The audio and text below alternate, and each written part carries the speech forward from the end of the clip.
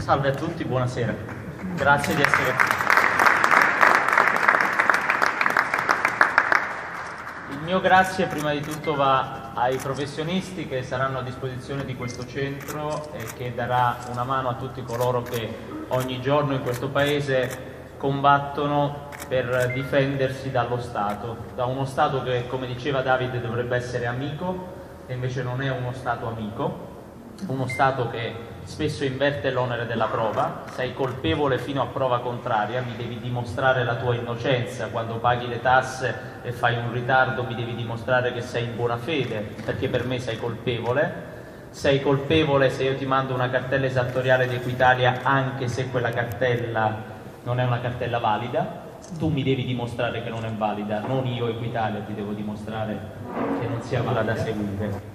Sono brutti tempi per il cittadino normale, comune, quello che non ha santi in paradiso, che non ha onorevoli in Parlamento che lo raccomandano e che non ha amici tra i poteri forti, chiamiamoli così, di questo Paese.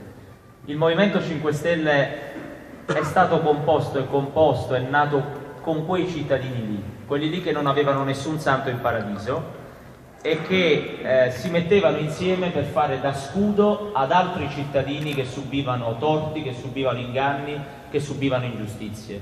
Siamo stati in questi anni, prima ancora che una forza politica, uno scudo per tantissimi cittadini e non abbiamo aspettato per forza di essere maggioranza per diventare scudo. Pensate alle prime iniziative. Appena siamo stati eletti abbiamo tagliato gli stipendi ai nostri parlamentari, non per farci belli, ma per promuovere iniziative che aiutassero una parte di questo Paese ad accedere a dei servizi che gli erano negati.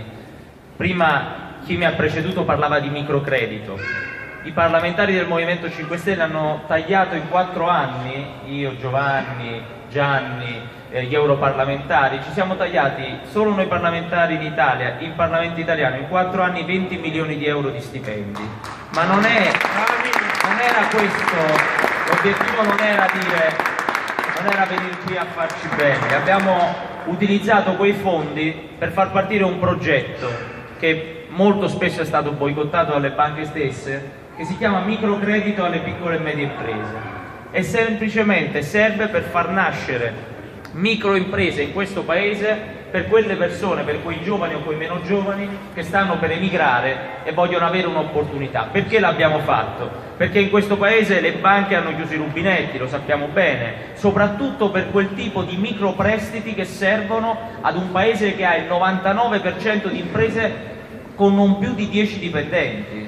Noi non siamo nella Francia e nella Germania dove la piccola impresa ha 100 dipendenti. La nostra piccola impresa ha 10 dipendenti e si deve misurare con banche che gli garantiscano prestiti, perché senza prestiti non riescono a sopravvivere. Che cosa è successo in questi anni? Che gran parte dei capitali bancari, dei nostri soldi, di quelli che mettevamo nei conti correnti, andavano verso poteri economici che non rappresentavano la media delle nostre imprese. E allora ci siamo inventati il microcredito. Oggi esistono in Italia circa 3.500 nuove piccole imprese finanziate con un politico che si è tagliato lo stipendio, un politico del Movimento 5 Stelle che credo questo messaggio serva anche a dare un po' di fiducia in più nelle istituzioni. Finalmente c'è una politica che rinuncia ad una parte di quei soldi per dare un'opportunità di lavoro a chi questa opportunità non l'ha avuta né dallo Stato e né dalle banche. Non credo che risolva tutti i problemi questa cosa, cioè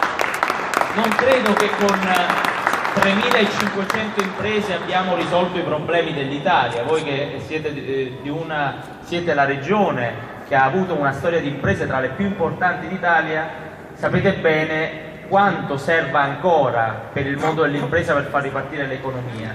Però abbiamo voluto spiegare una cosa, che quando si vuole in questo Paese non solo i soldi ci sono, ma ci sono anche le soluzioni per far funzionare quei soldi. E oggi 6.000 posti di lavoro in Italia, di queste 3.500 imprese, danno lavoro a 6.000 italiani che potevano stare all'estero e potevano stare tra quei 107.000 che l'anno scorso ci hanno lasciato e sono andati in un altro paese. Invece sono ancora qui hanno aperto l'impresa e hanno iniziato il loro calvario contro l'Agenzia delle Entrate, contro Equitalia e contro tutti i balzelli che ci mettono. Quindi il lavoro è appena iniziato per queste persone, non è che abbiano trovato uno spazio di sicurezza, ma ci diamo un'opportunità. In ogni regione d'Italia esiste un centro di aiuto per coloro che vengono vessati da Equitalia, e li ha fatti il Movimento 5 Stelle. Pensate che solo il primo centro anti-Equitalia, che è nato 1 anno e mezzo fa a Cagliari, ha contestato qualcosa come 6 milioni di euro di cartelle esattoriali che non si dovevano pagare,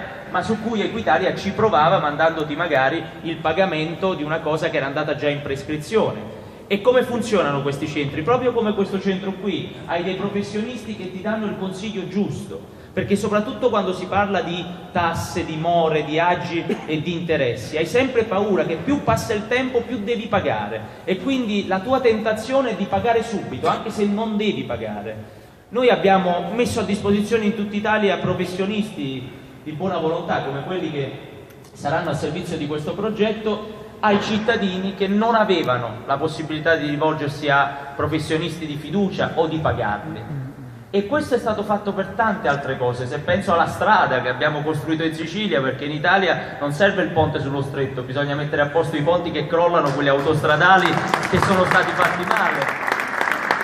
E nell'estate del 2015 i nostri consiglieri regionali, tagliandosi gli stipendi, costruirono una bretella stradale che aggirasse il ponte crollato e che permettesse alle ambulanze di fare Palermo-Catania in tempi decenti, perché bisognava fare un giro enorme. Se penso a quello che adesso i nostri sindaci stanno facendo contro il gioco d'azzardo, che ha distrutto le nostre famiglie, il gioco d'azzardo è una delle piaghe più grandi di questo paese, perché, e lo sa bene Giovanni Endrizzi, che è una delle persone che più si è occupato di questo tema, colpisce le fasce più deboli. 1 minore su 2 in Italia ha giocato d'azzardo almeno una volta, sta entrando nella cultura di questo paese.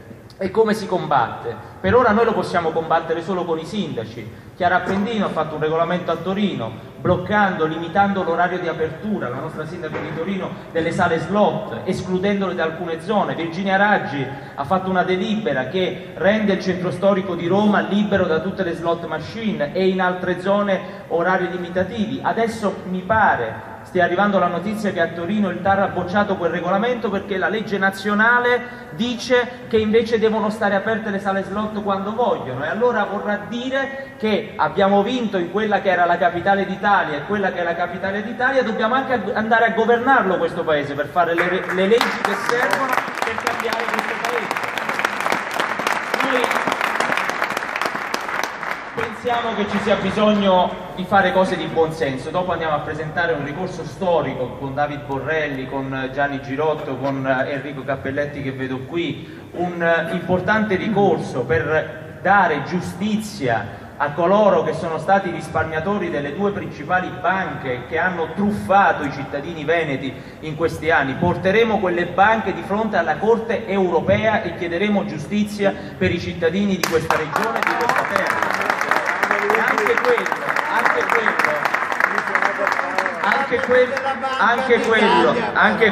Anche quello lo possiamo fare, e lo faremo, tagliando gli stipendi ai nostri consiglieri regionali e finanziando il ricorso con quei soldi. Perché vi sto dicendo tutto questo? Perché noi, dove possiamo, proviamo ad aiutare i cittadini con tutti gli strumenti che abbiamo a disposizione. Qui c'è un meetup, io non so se abbiamo consiglieri comunali qui.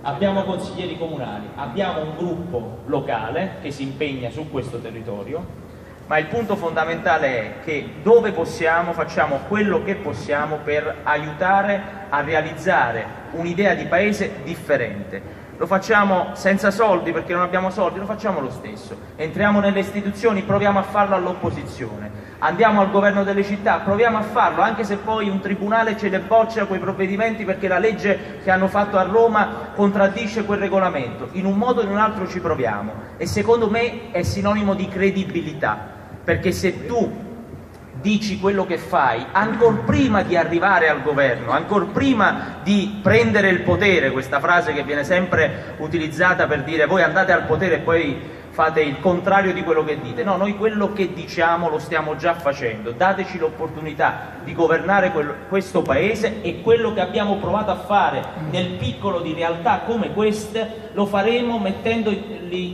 questi valori direttamente all'interno delle leggi nazionali, e una volta che l'avremo messo nelle leggi nazionali ognuno di voi non dovrà pregare più nessuno per ottenere un diritto, perché le leggi oggi sono fatte in modo, le leggi oggi di questo Paese sono fatte in modo da obbligarvi a pregare qualcuno per ottenere un diritto. Oggi la corruzione non è nient'altro che il figlio della burocrazia. La burocrazia è un modo di fare le leggi a Roma, che deve fare sempre in modo che tra voi e un diritto si interponga o un politico o un burocrate che millanta di farvi un favore, quando invece sta soltanto interponendosi tra voi e quello che dovreste avere di diritto dalla legge. Noi ci crediamo, ci abbiamo sempre creduto, ci hanno dato per spacciato ogni anno negli ultimi 4 anni, stavamo morendo, che eravamo finiti, quante volte lo hanno detto. Siamo la prima forza politica del Paese, spero che le elezioni politiche arrivino il prima possibile e con quelle elezioni politiche portiamo nelle leggi dello Stato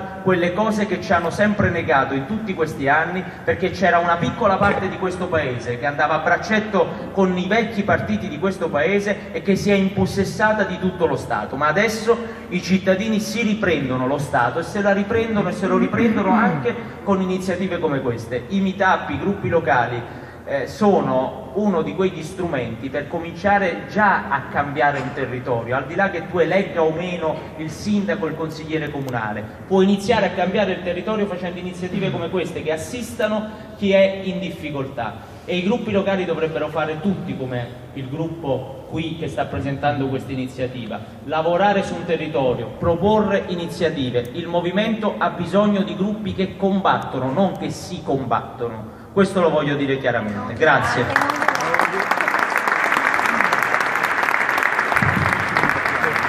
Io non so se essere contento, faccio un ragionamento a voce alta, non so se essere contento di questo ufficio o no, perché nella mia visione un ufficio così non avrebbe senso di esistere.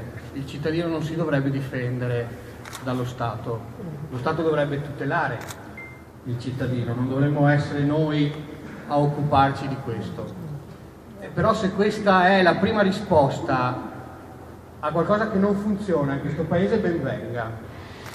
E se questa risposta parte da un percorso nato nel 2005 con un'apertura di un blog, quindi dalla rete, dal proseguimento di questo progetto attraverso l'attivazione di migliaia e migliaia di cittadini, me compreso, che si sono alzati dalla poltrona e dal divano e hanno deciso che era il momento di reagire e che il cittadino cominciasse a entrare nelle istituzioni per cambiarlo, beh, allora c'è da essere contenti di questo tipo di reazione.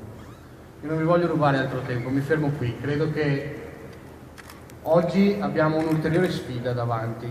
Abbiamo cominciato a organizzarci tra cittadini per rispondere alle istituzioni, parte di noi sono entrati nelle istituzioni per cambiarle, la politica, ahimè, è fatta di numeri, per cambiare le istituzioni servono i numeri, ci serve governare, ci serve vincere. Questa cosa qua la possiamo fare solo insieme. La possiamo fare noi mettendoci la faccia, voi mettendocela domani e tutti noi insieme scegliendo di votare in maniera corretta. È una giornata meravigliosa questa per noi e per Castelfranco Veneto. Tanto buongiorno a tutti, grazie per essere venuti. Sono Cristian Bernardi e sono il referente del meetup di Castelfranco Veneto. Meetup, molti di voi si chiederanno che cos'è un meetup. Il meetup non è altro che un sito, una piattaforma internet usata dai simpatizzanti del Movimento 5 Stelle, dove iscrivendosi si ha l'opportunità di incontrarsi, di discutere, di prendere iniziative e vedersi poi di persona, ovviamente. Ed è stato proprio iscrivendomi al meetup nel 2012 che sono entrato in quella che a mia insaputa sarebbe diventata una mia seconda famiglia. E ho conosciuto in questi anni persone eccezionali, grandi cuori, persone motivate dalla voglia di dare il proprio contributo alla società, persone che dedicano il proprio tempo gratuitamente per portare avanti un'idea ben precisa, l'idea che siamo una comunità e come tale è nostro dovere aiutarci. In questa ottica abbiamo voluto creare qualcosa di tangibile che possa almeno in parte dare una mano ai cittadini. Ci sono voluti molti mesi di lavoro, molto tempo sottratto alle nostre famiglie e alle nostre passioni per riuscire a reperire tutti quei tasselli che ora compongono il terzo punto SOS nel Veneto, SOS al cittadino. È stato realizzato grazie alla generosa disponibilità di un team di avvocati, commercialisti e responsabili di spazi dedicati, che nulla c'entrano con il Movimento 5 Stelle, ma che hanno aderito per il solo scopo benefico dell'iniziativa. L'unica delusione, un po' un rammarico, è quella che ci è arrivata dall'amministrazione comunale, che non ha condiviso o preso a cuore questo nostro progetto, ma ci auguriamo per il futuro di ricevere maggiore collaborazione su iniziative che come questa vedono il cittadino principale protagonista. Il tutto SOS al cittadino è stato creato con l'obiettivo di dare una prima consulenza ed aiuto gratuito a tutti i cittadini ed aziende che hanno necessità.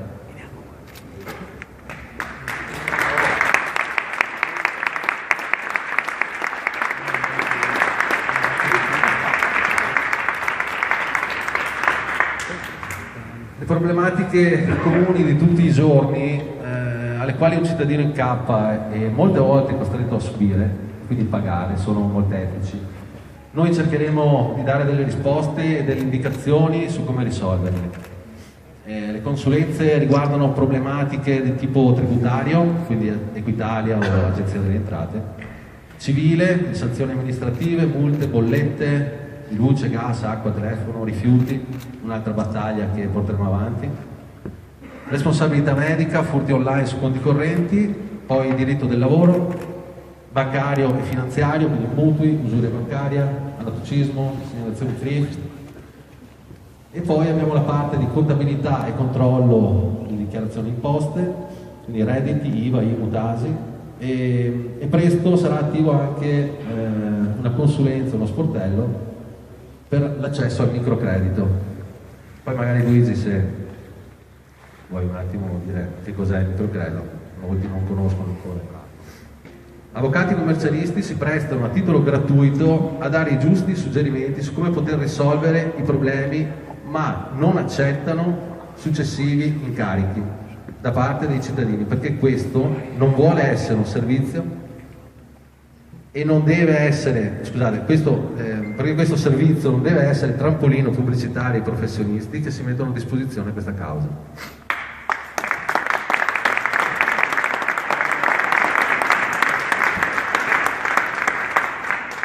Lo sportello è aperto anche a tutti coloro che vogliono mettere le proprie competenze a servizio degli altri e che, se interessati, invito a contattarmi. Per motivi di tempo e disponibilità, per ora lo sportello aprirà una volta al mese, il secondo sabato al mese, dalle 9 alle 12. Sul sito web nostro castelfrancoveneto5stelle.it troverete tutte le informazioni necessarie. E ringrazio ancora davvero questi professionisti, persone meravigliose, che in tempi dove il dio denaro fa da padrone, dove i delinquenti fanno carriera lasciando immeritevoli immagini, trovare queste persone è stato per me una rinascita. Ringrazio di cuore il TAP di Castelfranco Veneto che mi ha aiutato in questo progetto e che anche oggi, con una pettorina colorata, stanno lavorando per la riuscita di questa giornata e per la riuscita di questo paese. Ricordo le parole di Beppe Grillo che dicevano: l'attivista è patrimonio dell'umanità. Non posso che dargli ragione.